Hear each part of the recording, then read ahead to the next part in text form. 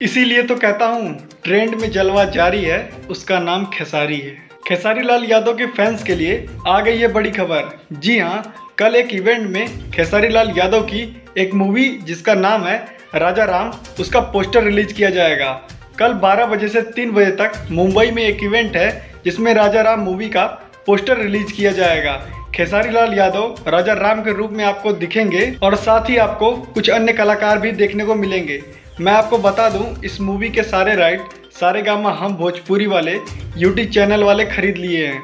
यानी कि खेसारी लाल यादव का जितना गाना होगा, जो कुछ भी होगा, वो सारेगामा हम भोजपुरी यूट्यूब चैनल से रिलीज हो जाएगा। और मैं आपको बता दूं, सारेगामा हम जो भोजपुरी चैनल है वो काफ़ी बड़ा चैनल है। इससे जो भी गाना आता है वो ट्रेंडिंग में जाता है। इसका मतलब ये तो कंफर्म हो चुका है कि खेसारी लाल यादव का इस मूवी का जो भी गाने आएंगे वो सब ट्रेंड में जरूर जाएंगे। तो चलिए आज के लिए बस इतना ही। मिलते हैं आपसे नेक्स्ट वीडियो में। अगर हमारी वीडियो पसंद आई हो तो लाइक शेयर सब्सक्राइब करना ना भूलें।